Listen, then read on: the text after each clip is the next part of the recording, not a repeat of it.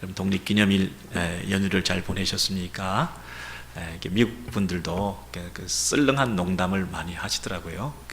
저만 그런 줄 알았더니 1776년에 제일 유행했던 댄스 춤이 뭐였느냐고, 답이 뭐냐면 인디펜던스라고 그런 농담도 하시더라고요.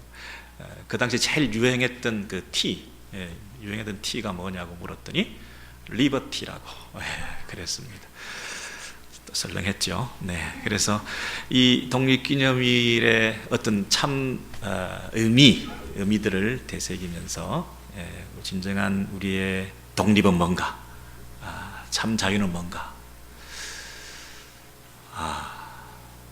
정말 기쁨은 우리 안에 넘치고 있는가, 이런 것들을 생각하면서 정치적으로, 육적으로, 세상적으로, 역사적으로는 이 7월 한가운데 첫 주에 독립기념일을 맞지만 또 하프타임을 우리가 보내면서 전반기를 끝내고 이제 후반기를 시작하면서 영적인 면에서 우리가 다시 한번 우리의 마음을 돌아보면서 우리 신앙의 상태를 점검해보는 그런 7월 첫 주가 되면 또 나름대로 이 독립기념일의 의미가 있겠다 하는 생각을 하는 것입니다. 이제 7월 6월까지 지나고 이제 몇 달 남았죠? 7, 8, 9, 이 손가락 꼭 해봐야 되더라고요, 요즘은요. 그래서 7, 8, 9, 10, 11, 12, 이제 6달 남았는데, 이제 6개월이나 지났다 하고 막 벌써 자포자기하지 마시고, 앞으로 남은 후반전 열심히 해서 2015년을 잘 마무리하면 되지 않겠습니까? 꼭 한 해의 문제뿐 아니라 우리 인생 전체의 전반전과 후반전을 한번 여러분 생각해 보십시오. 여러분 지금까지 잘 살아오셨습니다. 믿음으로 나름대로 열악한 가운데에서도 힘있게 나름대로 열심히 살아오셨는데, 이제 후반전은 지금 이 바로 하프타임이잖아요. 여러분 지금까지 산 연수와 관계없이 바로 지금 이 시점이 새로운 후반전이잖아요. 그런 면에서 이전보다는 좀 진보가 있고 성장하고 변화되고 더 아름답고 더 승리하고 이런 어떤 후반전이 되어야지 그저 세월만 지나가면 되지 않을 것 같지 않습니까? 그런 면에서 어떤 후반전에 대한 목표를 한번 설정해 보셨습니까, 여러분? 2015년 후반전에 내가 어떻게 해야 되겠다, 이런 어떤 계획이 있으십니까? 하나님은 주권적으로 일하시기 때문에 나는 그냥 아무 계획도 세울 필요 없다, 그런 하나님 아니시잖아요. 우리 하나님께서 얼마나 오가나이즈가 되신 분이신지 아시잖아요. 계획을 많이 세우시고 그 계획대로, 약속대로 역사를 운행해 가시잖아요. 천지를 창조하실 때도 첫째 날, 둘째 날 다 그 계획대로 하나님께서 섭리하셨지 않습니까? 그 구속의 역사가 예수 그리스도 안에서 무슨 절기 그 완성과 성취로 그분이 예수께서 오셔서 우리에게 이렇게 연결되는 것이구나, 이렇게 우리가 깨닫고 감격하지 않습니까? 그러므로 우리의 앞으로 개인사도, 교회사도, 가정사도 뭔가 계획을 세우고 목적을 향해서 나아가야 되지 않겠습니까? 그 목적을 이루어드리고 그 예언을 성취해드리고, 그래서 하나님께서 이렇게 지난 역사를 통해서, 내 개인의 역사를 통해서, 짧은 내 한 평생의 역사를 통해서 이렇게 세미하게 하나님께서 간섭하셨구나 하는 이런 간증들이 생겨야 되지 않겠습니까? 하나님 떠나서 우리가 마음대로 살면 안 되죠. 그러므로 목적을 가지셔야 되죠. 이 목적 의식이 없이는 그냥 이것저것 하다가 아무것도 되지 않는 그런 삶을 살게 되기 때문에 뭔가 인생의 후반전, 우리 2015년 후반전에는 어떻게 살아야 될까, 나름대로 목표를 정하시면 좋겠습니다. 그런데 이 목표가 굉장히 자의적이고 자기중심적이고 자기 정욕적인 이런 목표가 되기 쉬우니까 우리의 신앙의 선배 또는 멘토, 또 훌륭한 스승님, 이런 분들의 어떤 그 지도를 받고 가이드를 받는 건 굉장히 중요하지 않겠어요? 그런 면에서 오늘 디모데가 이 당시 나이가 한 30살, 35살 정도 되는데 영적인 아비라고 할 수 있는 이 사도 바울이 너의 남은 삶은 이렇게 살아라, 내가 갈 때까지 이렇게 하고 있다가 앞으로 이렇게 살아라, 이렇게 말씀하시는 대목이 있어요. 그러니까 이게 굉장히 우리한테 인사이트풀하죠. 우리도 좋은 스승님을 만나서 이런 우리의 인생을 인도해 주시면 좋겠는데, 지금 내가 열심히 산다고 살았지만 이게 잘 가고 있는 건지, 아니면 긴 영적인 터널 가운데 주저앉아 있는데 이게 잘 내 삶을 추스리기가 어려운데, 이런 상황 속에서 방향성을 상실하고 살고 있는 내가 어떻게 살아야 될까, 인생 후반전은. 그럴 때 이 사도 바울이 디모데에게 주시는, 이 디모데가 유약하고 몸도 건강도 좋지 않았고 경험도 없고 그런 어떤 이 장벽을 만나서 힘들어하고 있는 가운데 그 인생을 돌파해낼 수 있는 새로운 목표를 제시해줬던 그것을 우리가 함께 나눌 수 있다면 우리도 그런 아름다운 인생의 후반들이 될 수 있지 않을까 하는 면에서 오늘 첫 번째 말씀 디모데전서 4장 12절에 디모데에게 사도 바울이 뭐라고 말씀하시는지 한번 같이 읽겠습니다. 시작. 누구든지 내 연수함을 업신여기지 못하게 하고 오직 말과 행실과 사랑과 믿음과 정절에 있어서 믿는 자에게 본이 되라 그랬습니다. 여러분 어려운 말씀입니다. 지금 업신여김을 받지 말고 사람들은 지금 어리다고 경험이 없다고 몸도 약하다고 여러분 그래서 경별만 받지 않고 조롱만 안 당하면 다행인데 거기다가 뭘 해라고요? 존경받아라. 사람들이 야 너를 본받고 싶게 만들어라 이렇게 말하고 있으니 이게 쉬운 일은 아니잖아요. 조롱만 안 당하고 업신여김만 안 당하는 것만 해도 대단한데 거기다가 존경까지 내가 어떻게 받냐?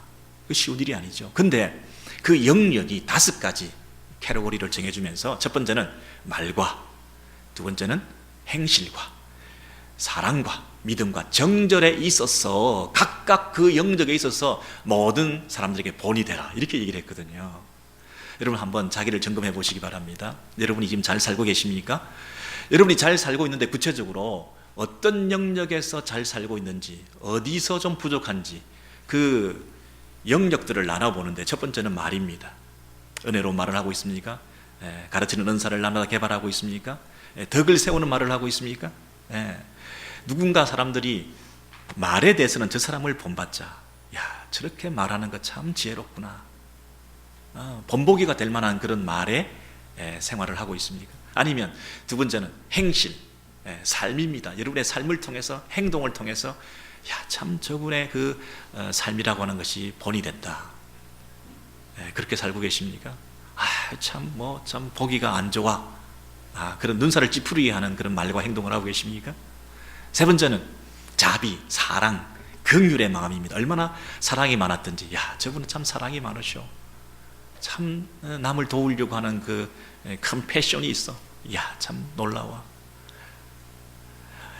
저분은 참 믿음이 있어 참 큰 믿음을 가진 분이야 참 대단한 믿음이셔 저분은 굉장히 순결하신 분이야 정신적으로 육체적으로 순전하신 분이야 야 저분의 그 정결한 마음을 또 행동을 내가 본받았으면 좋겠네. 여러분 디모데 입장에서 이 전 5가지 영역이라고 하는 것은 모든 삶의 영역이잖아요. 삶과 사역과 그의 모든 삶의 영역에서 이 5가지 모든 부분에서 이게 모범이 된다고 하는 것이 쉬운 일이 아닐 텐데 그러나 목표로 삼아라 그렇게 말하잖아요. 이런 의식을 가지고 네가 그런 사람이 되기 위해서 지금 당장은 안 될지 모르지만 열심히 노력해라 그렇게 말하잖아요. 이런 목표를 향해서 열심히 노력하는 그런 꾸준함이 있을 때에 결국에는 이런 아름다운 모습으로 변해갈 것이라는 그런 기대를 가지고 사도 바울은 디모데야 너는 이러이러한 사람이 되라 그렇게 말하고 있다는 것입니다.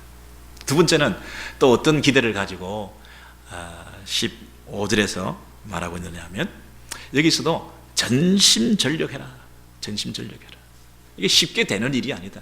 여러분 이게 인간이 행위로 내 노력으로 된다는 그런 뜻이 아니라 경건 생활에 힘써라 주님을 더 의지하라 내 안에 무슨 선한 동기가 있냐 너를 다 버려라 나를 버리는 데 있어서 열심을 내라 주님을 붙잡는 데 있어서 더 열중해라 이런 면에서 전심전력하라 인간적인 노력이 아니라 내 힘으로 할 수 있다는 게 아니라 하나님을 더 의지하는 면에서 전심전력하라 그래서 너의 진보를 모든 사람에게 나타내 보여라. 여러분 현상 유지하기도 어렵습니다. 좀 신앙생활 영적 침체에 빠지지 않으면 다행입니다.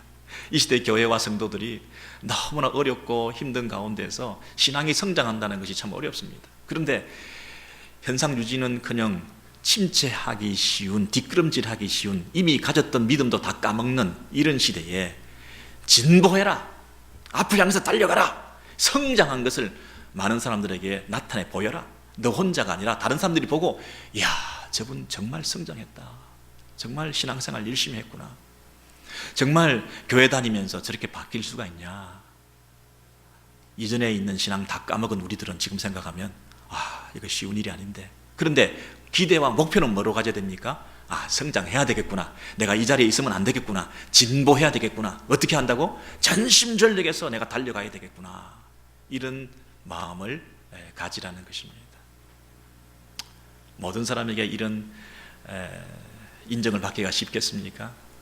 쉽지 않을 것입니다. 그러나 목표는 그렇게 가지라는 것입니다. 세 번째는 16절에 이렇게 말하고 있습니다. 네가 네 자신과 가르침을 살펴 이 일을 계속하라. 이 일을 계속하라 그랬죠. 지금 사도 바울이 말하는 것은 전심전력하라, 창념하라, 계속하라, 쉬지 마라. 계속해서 그런 어떤 우리에게 패션을 가지고 가야 할 것에 대해서 말하고 있습니다. 너 의기소침하지 마라. 의기소침하지 마라.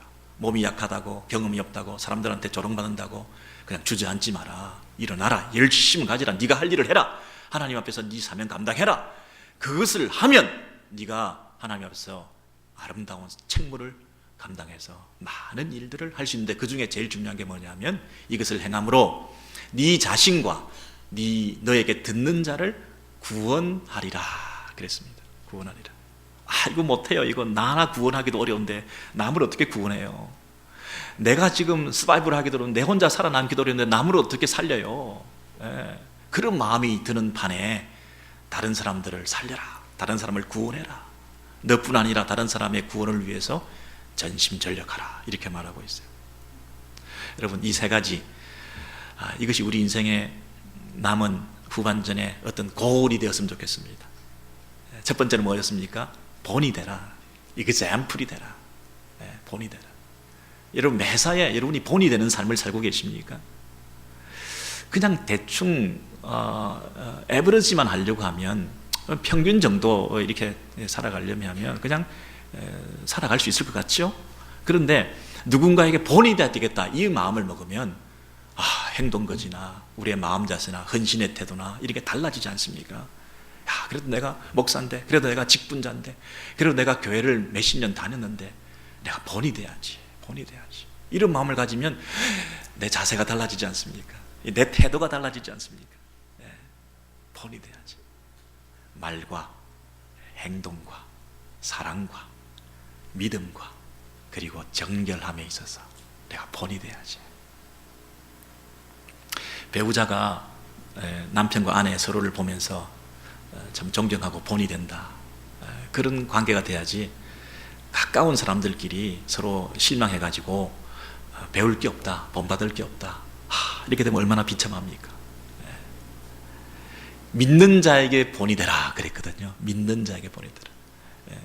불신자들에게 본이 되라 이렇게 하지 않고요, 가장 가까운 사람들에게 먼저 본이 되라. 그래서 이 믿는 자들끼리 교회 안에 롤모델이 없다고 막 불평하고, 참 이 공동체 안에 본받고 따라갈 사람이 없다고 이 마음에 늘 불편한 사람들이 각자가 서로가 서로 본받는 사람들이 되어서, 그래서 이 공동체 안에 이 아름다운 사랑으로 하나됨을 통해서 서로 성숙함을 통하여 이제 세상 사람들이 볼 때, 저 공동체 안에 정말 본받을 사람들이 많다, 이렇게 영향력을 확대해가라, 이런 뜻이거든요. 세상이 왜 교회를 조롱하냐, 교회가 왜 세상 앞에 욕을 먹냐, 내가 롤모델이 안 되기 때문이잖아요. 목사와 성도가, 모든 우리 직분자들과 장로님들과 우리 모두가 각자가 본이 되는 삶을 살려고 애를 쓰면 그것이 서로에게 선한 영향력을 나타내서 모두가 그 본을 보고, 예수님은 저만치 계시고 사도 바울은 저만치 계시지만 바로 옆에 저런 부분에서 저런 본을 따라가는 그런 이 선배들이 계셔서 정말 도전이 된다, 이런 사람들이 많이 계셔야 공동체가 소망이 있지 않겠습니까? 그러기 위해서는 내가 어떤 마음을 가져야 된다고요? 내가 본이 돼야지, 이 마음을 가지셔야 된다는 거예요. 두 번째는 progress, 진보를 나타내라. 진보를 나타내라. example이 되라. 진보를 나타내라. 제가 GPS는 아니래도 EPS를 가르쳐 드리려고 그래요. example이 되라. progress가 있어야 된다. 성장이 있어야, 진보가 있어야 된다. 사람 달라졌다. 옛날에는 욱욱하고 막 화내고 이러더니 저 표정 봐라. 와, 저렇게 선한 얼굴로, 저렇게 유연한 얼굴로, 유순하게 온순한 사람이 되어서, 예. 그런 이 진보와 성장이 있는 사람이 되라. 세 번째는 나뿐 아니라 다른 사람을 구원해내는, salvation, save 할 수 있는 이런 EPS의 삶을 우리가 살아간다면, 이게 어떤 내 삶의 방향성, 내가 어디로 목적을 향해서 가야 되는가 하는 것이 내 안에 좀 선명하게 자리 잡을 수 있으면 좋겠습니다. 그런데 이 어려운 일, 쉽지 않은 이 일을 어떻게 할 수 있느냐, 하우가 문제 아니겠습니까? 제가 드문드문 말씀드렸습니다만, 이 열심히 해야 되는 일인데 어떤 방법으로 가능하냐, 무엇으로 가능하냐, 이제 그게 이제 이 중요한 문제 아니겠습니까? 내가 어떻게 그걸 할 수 있습니까? 유일한 방법 한 가지가 있는데, 그게 뭐냐면, 다시 한번 살펴보시면요, 11절에서 16절에 그 드문드문 모두에게 나와 있는 그 내용 중에 하나님 말씀만이 이것을 가능하게 한다, 이렇게 말하는 것입니다. 뭘 전심전력해야 되느냐, 뭘 창념해야 되느냐, 무엇에 대해서 열심을 가지고 해야 되느냐, 말씀이다. 말씀. 이 말씀을 가르치고 배우고 읽고 그 말씀을 순종하고 그 살아가는 그 삶을 통해서 네가 바뀔 수 있다. 네가 바뀔 수 있고 공동체를 살릴 수 있고 다른 사람을 구원할 수 있다. 유일한 방법은 이것밖에 없다는 거예요. 다른 게 있으면 사도 바울이 얘기를 했겠죠. 이런 스킬이 있다, 이런 걸 해봐라, 이런 프로그램을 해봐라, 이렇게 말했겠죠. 다른 거 없다는 거예요. 여러분, 하나님의 말씀을 가르치라, 그리고 읽으라.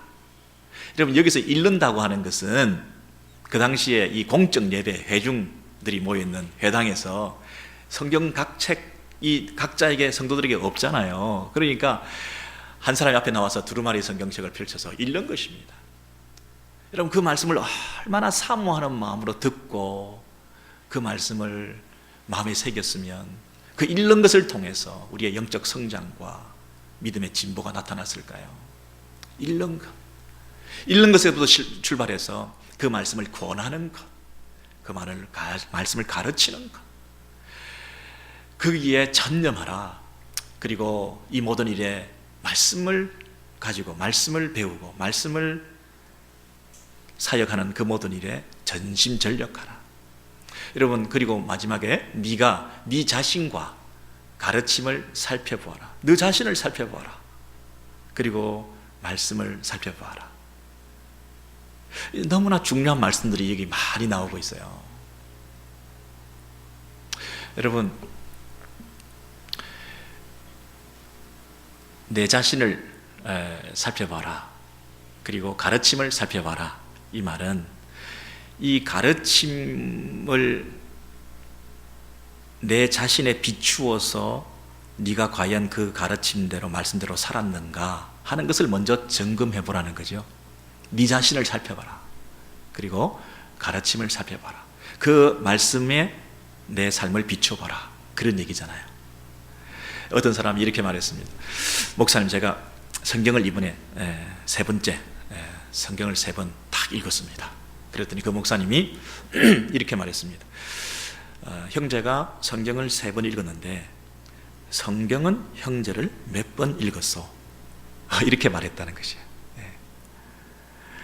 내가 이 책을 책으로 이렇게 읽어내긴 했는데 이 말씀이 내 삶을 얼마나 비추었는가, 말씀이 나를 얼마나 읽어내었는가, 내 삶이 얼마나 그 말씀에 비추어서 그 말씀대로 순종하는 삶을 살아내었는가, 살지 못하는 내 삶을 그 말씀의 부담감을 가지고 얼마나 한 장 한 장, 한 구절 한 구절을 부담을 가지고 그 삶을 말씀에 매여서 그렇게 살아내었는가. 이게 중요하다는 거죠. 뭐 책장 넘기는 건 얼마든지 넘길 수가 있는데요, 말씀이 내 삶 속에서 얼마나 역사했는가, 이게 얼마나 중요한 거예요.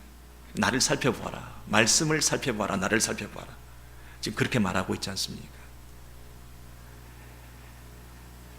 여러분, 성경책을 몇 번이나 읽으셨나요? 그리고 성경책이 여러분을 몇 번이나 읽어내셨나요? 여러분, 학생이 학교에 가면 공부를 좀 해야 되잖아요, 그죠? 뭐 가방만 들고 왔다 갔다고 해서 이제 학교 간 게 아니잖아요. 예. 숙제도 내주면 뭐 기본은 해서 좀 숙제도 좀 하고 그래야 되잖아요, 그죠? 예. 근데 숙제를 아예 안 하기로 마음먹었다. 듣기는 들었는데 나는 실제로 숙제하지 않는다. 이거는 학생이라고 말하기 어렵잖아요. 몇 대 맞고 말지 마. 숙제 안 해오면 뭐 몇 대 맞잖아요, 그죠? 몇 대 맞고 말지 뭐. 우리 신앙생활이 지금 이렇게 무대뽀로 가고 있지 않습니까?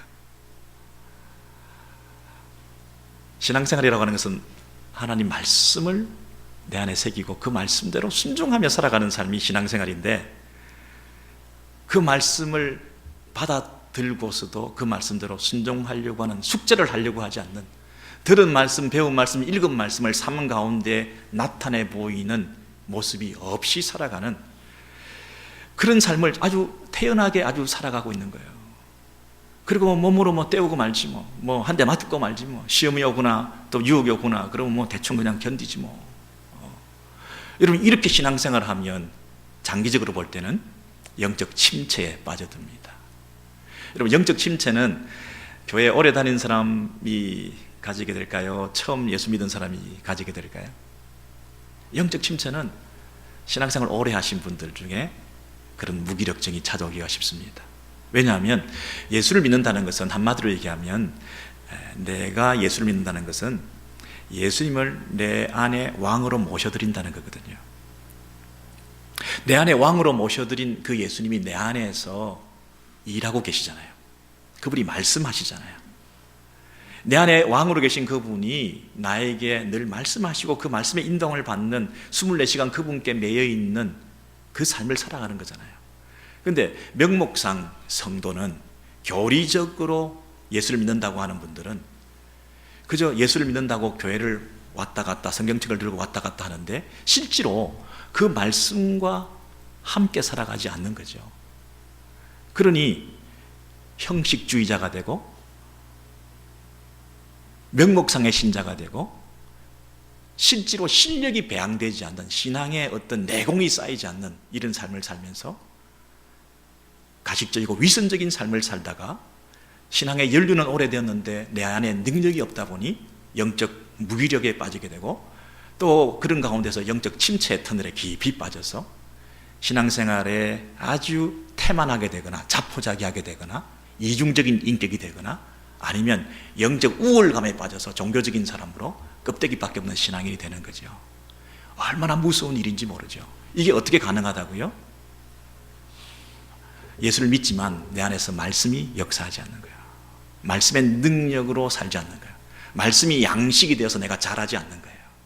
여러분, 우리는 하나님 말씀을 먹지 않으면 잘할 수가 없어요. 하나님 말씀을 힘입지 않으면 내가 능력을 얻을 수가 없어요.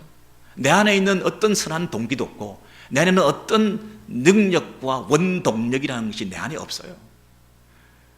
우리가 말씀을 받지 않으면 남에게 줄 수가 없어요. 남에게 주기 위해서는 누군가로부터, 하나님으로부터 말씀을 받아야 줄 수 있는 거죠. 남을 구원하고 남에게 영향력을 나타내기 위해서는 내가 하나님으로부터 말씀을 받아야 되잖아요. 남을 도와주려고 하면 내가 하나님의 도움을 받아야 돼요. 내가 양식을 받아 먹어야 성장해서 내 진보를 나타내 보이고, 내가 다른 사람에게 선한 영향력을 주어서 그들도 살릴 거 아닙니까? 내가 받아 먹는 게 없는데 매일의 삶 가운데 그분과 말씀과 단절된 상태에서 내 안에 있는 그 자생적인 이 모습을 가지고 억지로 그렇게 살아가는, 쥐어 짜내는 이런 삶을 살아갈 때 어떻게 선한 영향력을 주변에 줄 수가 있겠습니까?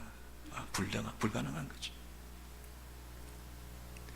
우리가 말씀에서 너무나 당연한 말씀이라고 지금 생각하실지 모르지만, 원리적으로 볼 때 여러분, 우리가 하나님의 백성이요, 하나님의 말씀의 공급함을 받고 그렇게 살지 않으면 우리는 죽은 존재다, 그렇게 말하죠. 지금 바울이 디모데에게 너 앞으로 3가지 이렇게 아름다운 모습이 있으면 좋겠다. 뭐냐? 첫 번째, 본이 되는 삶. 그리고 너는 지금 현재 이렇게 좀 유약하고 못났지만 진보가 있는 것을 나타내 보여라. 성장해라. 그리고 너뿐 아니라 다른 사람을 구원하고 살리는 그런 아름답고 멋진 행복한 삶을 살아라. 이 3가지 살면 너 인생 성공한 거야. 인생 성공한 거야. 이거 왜 다른 거 있니? 행복 있니? 다른 목표 있냐? 적어도 예수 믿는 사람이. 적어도 예수를 믿는 사람이 이 세 가지 목표가 없다는 것이 예수 믿는 사람 아니야. 그런데 그게 완벽하게 성공할 수 있겠냐? 완벽하게 성공할 수는 없지. 그러나 전심전력해라. 전심전력해라. 최선을 다해라. 그 노력 자체가 성공이야. 그 노력하는 그 모습 속에서 많은 사람들에게 영향을 나타내 보이고 너를 통해서 하나님 앞에 돌아오는 그 인생들이 생길 거야. 그러면 되는 거야. 완벽하지 않지만, 그러나 네가 이 방법을 붙들고 노력하고 말씀 붙들고 인생을 생사를 걸고 살아가는 그 삶을 살 때 열매를 맺게 될 거야. 그러면 너도 살고 너에게 붙은 영혼들도 사는 거야. 너만 살려고 하면 너 혼자도 못 살아. 남을 네가 살릴 수 있다고? 못 살려. 네가 어떻게 살 수 있냐? 하나님 앞에서 이 원리를 깨달아야 된다. 예를 들어 봐. 어떤 사람이 폭스를 만나가지고 지금 눈보라치는데 다 죽어가고 있어요. 몇 시간을 걸었는데 길을 발견하지 못했어요. 근데 이제는 끝이구나. 힘이 다 빠져서 기진맥진 탈진해가지고 걸음걸이도 비틀거리면서 그냥 툭 걸려서 넘어졌어요. 툭 걸려서 넘어졌는데 걸려 넘어진 그것을 보니까 그 물건이 아니라 사람이었다는 거예요. 그래서 놀래가지고 막 뒤져보니까 아직도 맥박이 뛰고 있어요. 자기보다 조금 더 앞서서 길을 가다가 눈보라를 만나서 먼저 약해서 쓰러져 있는 거예요. 그래서 막 이 사람이 정신을 차리고 이 사람을 끌어안고 몸을 비벼주고 다시 초인적인 힘을 발휘해가지고 덜쳐 업고 업어가지고 그래서 간신히 또 걸어가는 거예요. 내가 죽을 것 같았는데 나는 이제 끝이구나 하고 자포자기하고 그냥 잠깐 눈을 감고 잤다가 그냥 동사할 뻔했는데, 근데 누군가가 있어가지고 그 사람을 살리고 껴안고 업고 걸어가다 보니 그 체온이 서로가 연결되어서 남을 살리려고 했지만 나도 살게 되는, 그래서 오두막에 도착해가지고 둘이서 앉아서 우리가 다 살았구나. 나도 살기 어려운 세상에 내 혼자 살아남기는 불가능한 일인데, 그러면 내가 어떻게 진정으로 사는 길을 택할 것인가? 다른 사람을 살리면 다른 사람도 살리고 나도 살 수 있다고 하는 이 사도 바울이 이 원리를 가르쳐 준 거 아니겠습니까? 후배 목사에게, 후배 성도들에게 짐을 안겨주기 위해서, 더 불편하게 하기 위해서 무거운 짐을 안겨주고 고생 좀 해봐라 너. 그러면서 너뿐 아니라 다른 사람도 돌아봐야 돼, 이런 게 아니라 네가 진짜 사는 길은 다른 사람을 살리는 거야. 그래야 너도 사는 거야. 그게 네 인생의 성공이야. 얼마나 힘들지 모르지만 노력해라. 한 사람 아니라 여러 사람, 너에게 허락해 주신 많은 사람을 향해서 네가 최선을 다해서 섬겨라. 전심전력해라. 모든 사람을 섬기라. 모든 사람에게 너의 진보를 나타내 보여라. 최선을 다해라. 이게 가장 행복하고 가장 성공한 길이란다. 여러분, 이렇게 말씀하시는 거잖아요.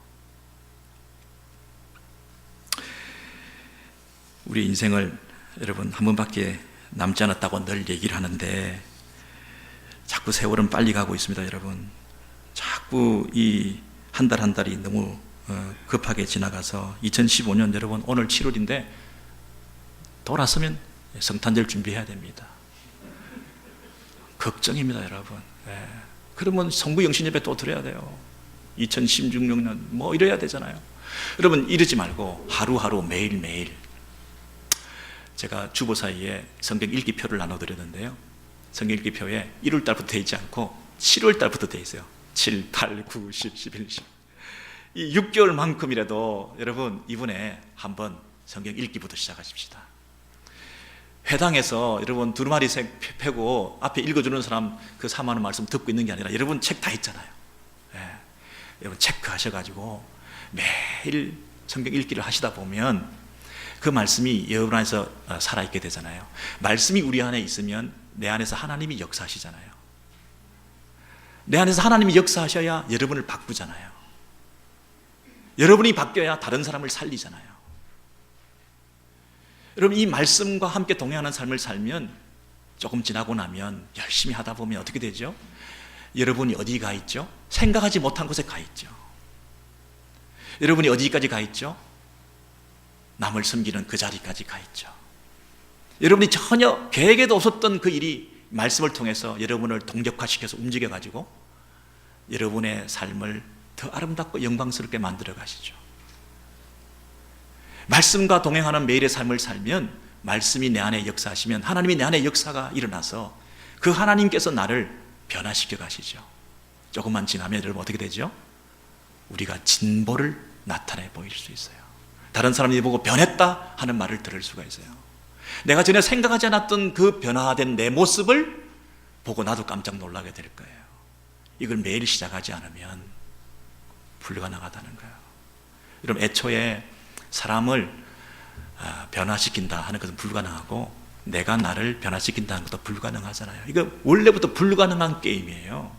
내가 남을 어떻게 변화시킵니까? 나도 나를 변화 못 시키는데. 다른 사람을 변화시킬 수 있다. 다른 사람에게 선한 영향력을 줄 수 있다. 내 아내와 내 남편과 내 자녀들에게 변화된 삶을 내가 기대한다면 지금까지 하는 방법으로는 안 됩니다. 가능할 것 같지만 그렇게 해가지고는 사람이 변하지 않습니다. 그러면 불가능해 보이는 그 방법 가지고 계속 할 게 아니라 가능할 수 있는 유일한 한 가지 방법, 그게 뭡니까? 말씀입니다. 내 안에 말씀이 거하면 그 말씀이 내 안에서 역사하고 하나님이 역사하셔서 나를 바꾸고 나를 바꾸어서 다른 사람에게 선한 영향력을 줄 수가 있는 그런 삶으로 바뀌어지게 된다는 것입니다. 여러분, 이 방법 외에 없다는 것 여러분 확실히 우리가 안다면 하나님 앞에서 조금 여러분 결정하시면 좋겠습니다. 남은 인생의 후반전 내가 어떻게 살겠다. 말씀을 듣는 것 정말 중요합니다. 여러분, 점쟁이나 무당한테 옛날에 들었던 그 말 아직도 남아있잖아요. 어떤 말을 듣는 것가 굉장히 중요합니다. 누군가한테 들은 그 말이 아직도 나한테 남아있어 내 삶을 지배하고 있잖아요. 그러다 보니 하나님 말씀으로 인도함을 받는 이 삶을 방해하는 것들이 있잖아요. 얼마나 강력했던지. 여러분, 빨리 정리하셔야 됩니다. 매일 말씀을 듣고 그 말씀이 능력 있게 역사하셔서 모든 내 인생의 운명을, 나를 가로막고 있는 나의 모든 과거의 상처와 아픔들을 이 말씀의 능력으로 극복해서 하나님께서 나를 인도해 가시는, 내 삶을 나와 함께 동행해 가시는 그 말씀에 순종하는 삶을 통해서 내가 성장하고 영적으로 자라나고 또 하나님께서 원하시는 거룩한 삶, 아름다운 삶, 행복한 삶 살아가실 수 있기를, 여러분 인생의 후반전이 정말 복된 삶, 말씀과 동행하는 삶 될 수 있기를 주의 이름으로 축원합니다.